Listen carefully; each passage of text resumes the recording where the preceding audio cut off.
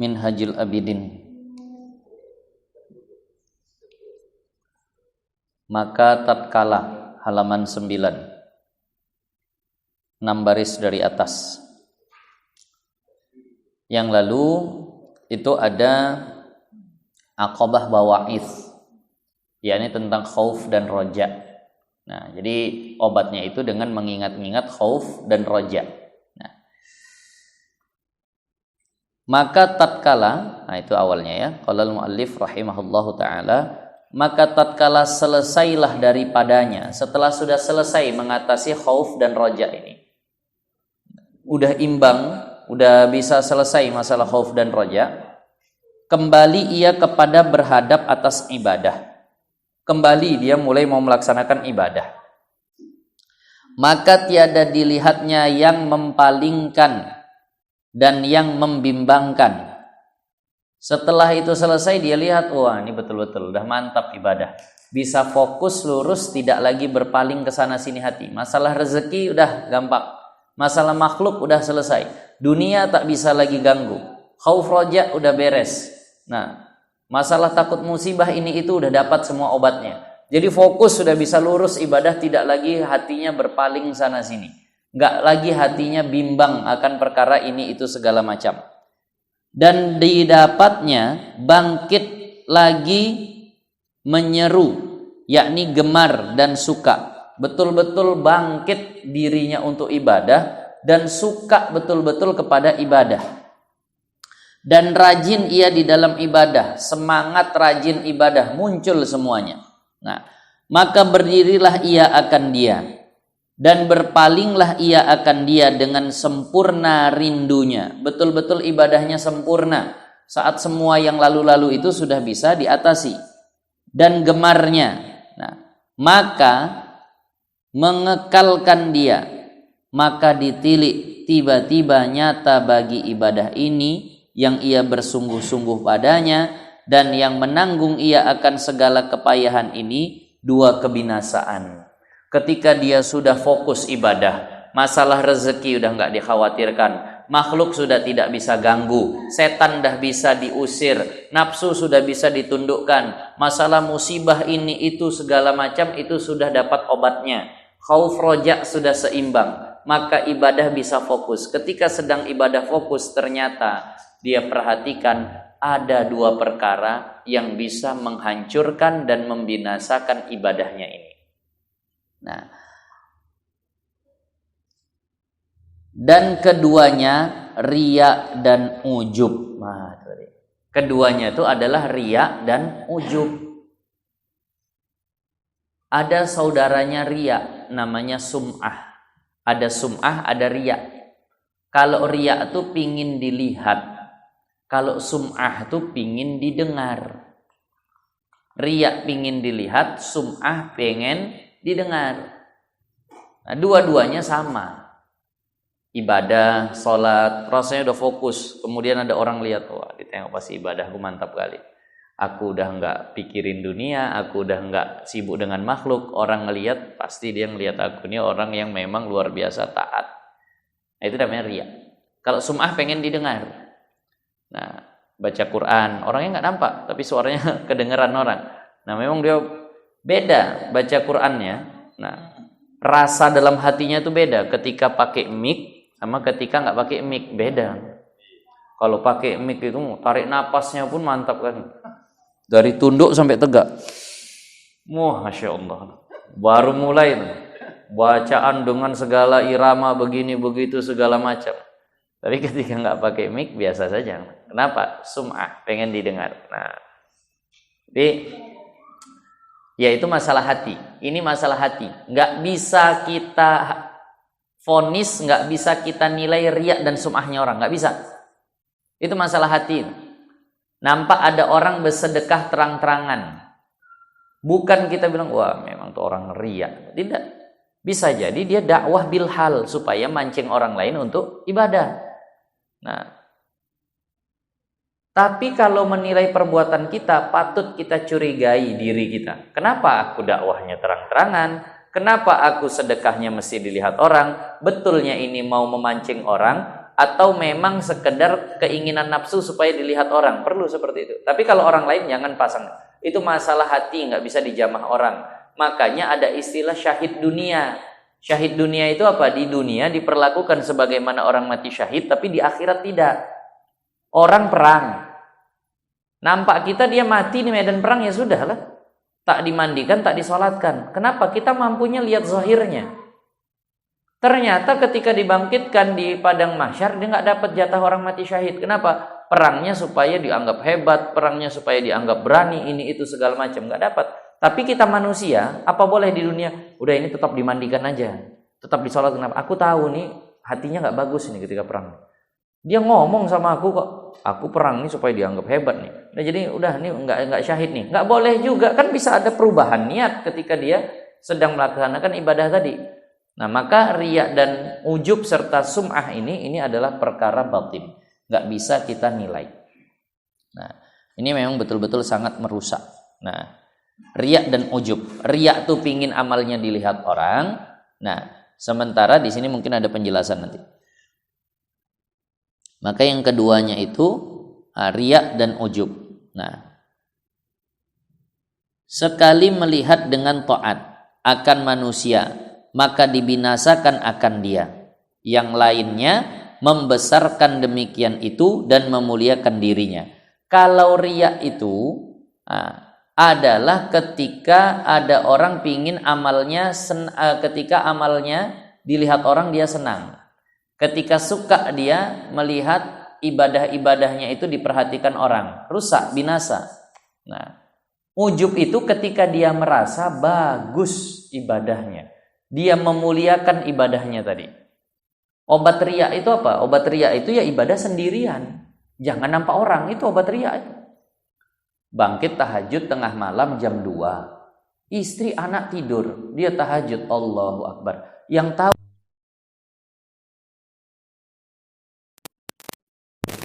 ada yang tahu, tapi ujub di situ muncul. Allahu Akbar jam 2:30. Nggak ada yang lihat aku ibadah. Jarang orang macam aku. Orang kalau sholat itu masih pingin ditengok orang. Aku kan 2:30 aku sholat. Cuma aku dan Allah lah yang tahu. Mungkin satu gang ini cuma aku lah yang tegak berdiri malam. Habis ibadah kan. Payah. Riya ujub payah menghilangkannya. Ujub nih lebih luar biasa lagi nih. Nah, ujub nih lebih luar biasa lagi. Nanti akan ada obatnya bagaimana. Jadi yang lebih luar biasa nanti dalam kitab Sirajut Thalibin ini, di sini dikatakan. Nah, perhatikan, bukan berarti orang yang tawadhu itu selamat dari perkara riya. Di sini dikatakan, mungkin kita juga kena bakalan semua. Nah, supaya bahasanya hilang riya tadi. Di sini bahasa Arabnya nih. Wa'lam annal mura'i bihi kasiru yajma'u khamsatu aqsam. Al-ara' riya fid din. Yang riya itu ada macam-macam. Yang pertama itu ada riya pada masalah agama. Bil badan, yang nampaknya itu di tubuh. Ka izharin nuhul was-safar wa tash'is sya'r liyadulla bin nuhuli ala qillatil aql. Ada orang riyanya itu begini. Dia buat tubuhnya kurus, dia buat rambutnya berantakan, dia buat matanya sembab, supaya kurusnya itu supaya orang perhatikan dia, oh ini rajin puasa nih. Kemudian dia buat rambutnya berantakan supaya ini kan riya yang tinggi, bukan bahasanya dia nampakkan terang-terangan sholat, enggak, dia hinakan dirinya. Kemudian dia buat matanya sembab, wah ini berarti tadi malam banyak menangis, banyak begadang. Dia buat rambutnya itu berantakan, ya. Saking sibuknya ibadah, besisir pun tak sempat. Begitulah keadaan orang riya tadi, bisa dari sudut itu. Nah, tadi wasani ar-riya bil hay'ah. Yang kedua riyanya itu dengan keadaan wazi dan pakaian. Ka itraqir ra'si, ada orang kalau berjalan tunduk aja kepalanya. Itu kadang bukan tawadhu, riya bisa jadi itu. Supaya apa? Dianggap orang sebagai orang tawadhu. Tengok, tak pernah memandang ke langit. Bumi saja tengok. Memang orang betul-betul tawadhu. Kenapa? Pingin dianggap begitu memang dia. Nah, jadi karena tunduk begitu. Wal hudu'u fil harakah wa ibqa'u asaris sujud 'alal wajhi. Nampakkan hitam di kening. Nah, riya tuh. Memang sengaja dia mencari begitu. Nah, dihitam-hitamkan keningnya di sini, nah, supaya kelihatan gitu. Wah, ini orang rajin sujud nih. Nah, tapi bukan berarti yang begitu riya semua, enggak. Itu masalah hati tadi ya. Jadi perhatikan nih, ketika kita berkaca, nampak kening mulai hitam, tengok hati menghitam juga tidak. Tandanya hati menghitam, udah mantap sujud berarti. Sampai hitam kan, ya Allah. Itu hati-hati itu seperti itu. Tadi. Karena Saulin pun hitam juga. Ya Allah. Tadi. Jadi kemudian, nah, wa ghalzi siyab wa tarku tanzifi saub wa tarkuhu mukhriqan wa lubsul murqi'ah. Kemudian dia buat pakaiannya kusut, dia buat pakaiannya sederhana, memang pingin dianggap sebagai orang yang sederhana. Nah, jadi begini ya, bukan ketika ada orang pakaiannya megah-megah, ini orang nggak bagus nih. Ada orang pakaiannya lusuh nih yang bagus. Bisa jadi yang lusuh itu memang pingin dianggap bagus gitu. Pakai baju tak pernah digosok, pakai baju yang agak-agak robek. Nah, datang ke pengajian begitu dalam hati, orang nengok semua aku nih luar biasa lah. Sufi nih. Memang begitu pinginnya, itu rusak itu begitu juga. Tapi ada yang bajunya bagus segala macam, niatannya ingin menghormati majelis ilmu. Masa aku di hadapan orang bagus, masa aku di hadapan hadis dan ayat Al-Qur'an yang dibacakan tak bagus. Dia dengan pakaian yang bagusnya, serban yang bagus, rida yang bagus, dia duduk. Niatnya seperti itu, malah bagusan ini daripada yang tadi. Makanya jangan selalu dianggap orang yang lusuh, tunduk segala macam. Ini orang yang memang gak ada riaknya ini. Ini orang tawadhu nih. Bisa jadi dia pingin dianggap begitu makanya. Nah, habis juga amalnya. Jadi makanya ini masalah hati, nggak bisa kita nilai. Nah tadi. Wasalis ar-riya bil qaul. Ada juga riya itu dengan ucapan. Kanutqi bil hikmah. Nah, jadi ada riya itu dengan mulut. Seperti kalau ngomong betul-betul dipikirkan nih. Nah, ngomongnya yang bagus-bagus saja supaya orang anggap wah ini ahli hikmah. Kalau ngomong sama Pak Isa tuh pokoknya tercerahkan gitu. Memang dibuat begitu misal saja nih Pak Isa. Memang sudah di-set lah begitu nih. Nah, memang udah di-setting semua supaya dianggap seperti itu. Nah, ya itu juga bisa riya. Nah, wa tahriku syafatain bidzikri fi mahdharin nas. Nah, kemudian di antara bentuk riya juga adalah sering menggerakkan dua bibir ketika berkumpul rame-rame. Ini kumpul rame-rame orang bercerita dia.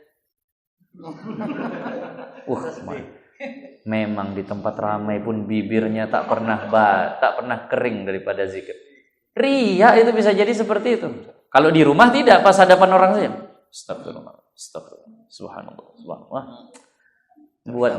Nah, tapi tak boleh dituduh. Ini maksudnya kita hati-hatinya untuk kita.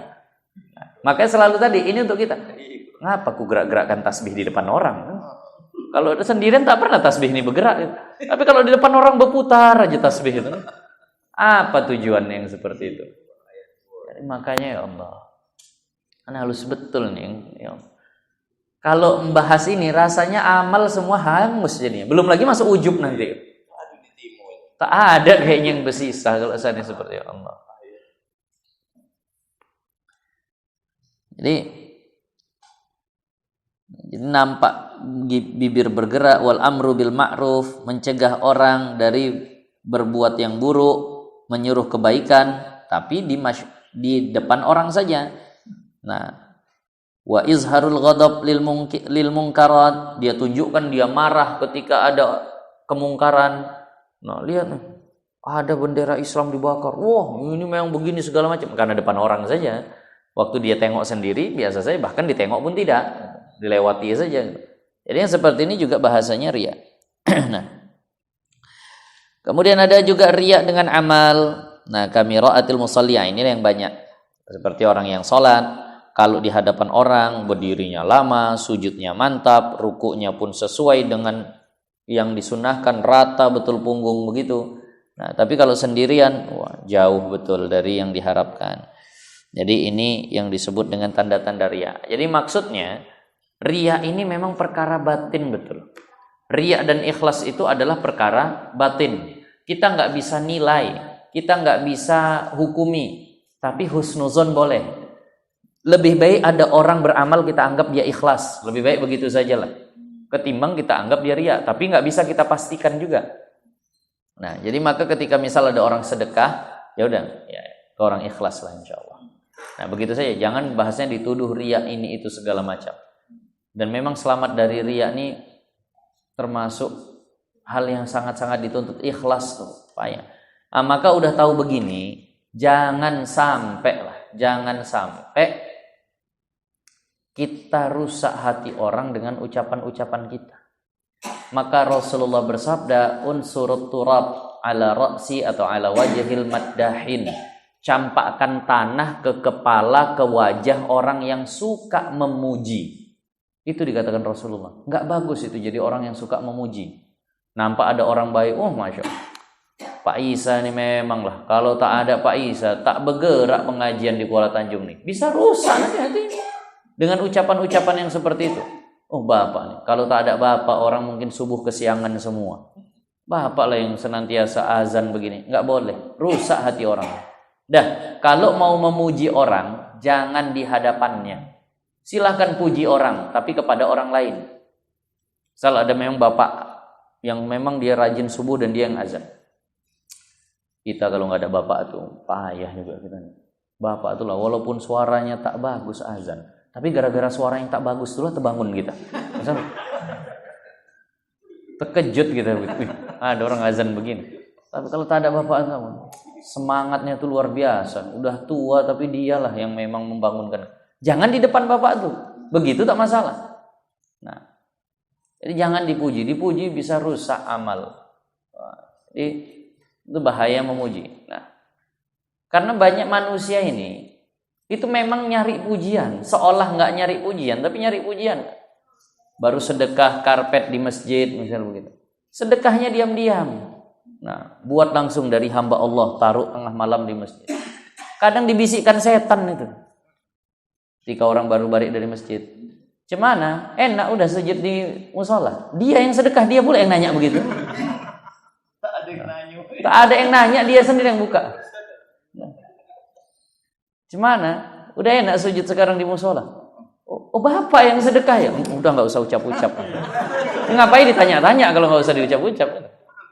Habis yang seperti itu. Karena orang banyak sekarang cari yang seperti itu. Habis sedekah pingin diungkit-ungkit gitu. Tapi kalau nampak langsung kayaknya kita enak gitu. Nah, jadi carilah pancingan sana sini supaya disebut orang gitu.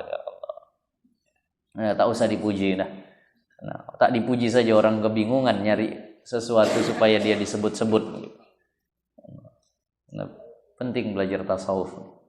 Bukan sekedar sah tapi harus diterima amal. Jadi kalau ulama dulu katakan memang ya riya ini belajar dari penggembala kambing yang sering kita katakan. Nah, penggembala kambing ketika dia gembalakan kambingnya di padang rumput, dengarnya azan zuhur. Salat zuhur lah dia di tengah-tengah gembalaannya tadi. Kira-kira saat itu adakah dia sok-sok mantap di depan kambingnya tadi? Bacaan dibagus-baguskan, gerakan dibagus-baguskan, zikir dipanjang-panjangi. Tak ada. Kenapa? Apalah nilai dari pandangan kambing itu sama dia. Begitulah hati kita ketika kita sholat di tengah banyak orang. Sama nilai pandangan kambing sama pandangan orang itu sama-sama tidak memberikan apapun. Pandangan Allah yang memang bahasanya memberikan kesan. Jadi belajar dari penggembala kambing yang sholat di tengah-tengah kambingnya. Karena bukan manusia itu sama dengan kambing. Tapi pandangan manusia dengan pandangan kambing sama, tidak memberikan taksir apapun, tidak memberikan pengaruh apapun. Jadi begitu tadi. Nah, jadi inilah nanti akan datang insya Allah kita akan masih lanjutkan bahas tentang ujub dan riya.